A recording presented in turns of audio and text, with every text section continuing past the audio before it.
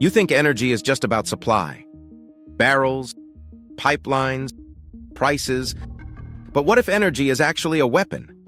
Not explosive, not visible, but capable of shaking the entire financial system. Because that's exactly what Iran has been doing. Quietly, strategically. And the world is starting to feel it. Pause. Iran doesn't need to dominate global oil markets to influence them. It just needs to control pressure points. And one of those pressure points is the most important energy choke point on Earth, the Strait of Hormuz. Roughly 20% of the world's oil flows through it. Short line. Control the flow, and you influence the system. Now here's where it gets serious. Iran isn't just threatening supply. It's reshaping how that supply is traded. There's a growing push to settle oil transactions in non-dollar currencies, especially the Chinese yuan. That's not just a trade decision, that's a financial move. Because for decades, oil and the dollar have been tied together. Break that link, even partially, and you don't just disrupt energy, you challenge currency dominance. Let's go deeper. Iran has been under heavy sanctions for years, cut off from traditional financial systems, restricted from global banking networks.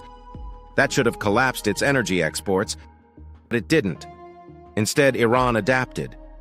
A shadow fleet of tankers, hidden trade routes, rebranded oil shipments, deals through alternative currencies.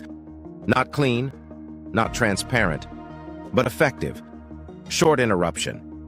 When you can't use the system, you build around it. And that's exactly what Iran did. Now here's the uncomfortable part. Sanctions didn't eliminate Iran's influence. They forced innovation. Iran continues exporting large volumes of oil, much of it flowing toward Asia. And those transactions often settled outside the dollar system. That's the shift. Not loud, but structural. Now layer in geopolitics. China becomes a key buyer. Energy flows east, currency flows diversify. And suddenly, you're not just looking at oil trade. You're looking at a new financial alignment. Short line. Energy is rewriting currency rules. Now let's bring in the current reality. Tensions in the region have already pushed oil prices higher and triggered global inflation concerns. Attacks on key infrastructure, threats to shipping routes, disruptions to supply chains. Even the risk of disruption is enough to shake markets. Because energy isn't just another commodity. It's the foundation of everything. Transportation, manufacturing, global trade. Disrupt it, and you ripple through the entire financial system. Now think about Iran's position. It doesn't need to outproduce major powers. It just needs to remain unpredictable and strategically positioned. Short line. Uncertainty is leverage. And Iran understands that. Now here's the contrast.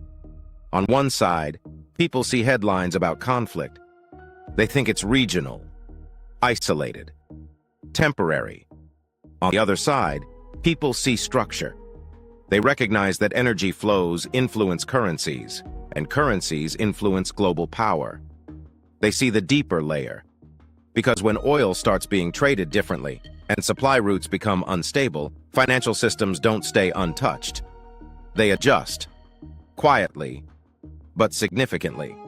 Now let's interrupt that thought. This isn't about saying Iran controls the system. It doesn't. But it pressures it. And pressure creates cracks. Cracks create alternatives. And alternatives weaken dominance. That's how shifts begin. Not through collapse, but through gradual erosion. Now bring it back to you. Because this isn't just geopolitics. It affects prices you pay, markets you invest in, currencies you rely on, all connected to energy stability. And the biggest mistake you can make is thinking this is just about oil. It's not. It's about control. Control of flow. Control of pricing. Control of settlement. And when those start to shift, the financial system feels it. Short line. Energy moves money. So ask yourself, If a country under heavy sanctions can still reshape trade routes, influence currencies, and disrupt global supply chains, what happens if that strategy expands? Because this isn't the end of the story. It's the beginning of a new phase, where energy isn't just traded, it's used strategically. And the world is already reacting. If this changed your perspective, subscribe, because the next video might show you how energy decisions quietly reshape your financial reality.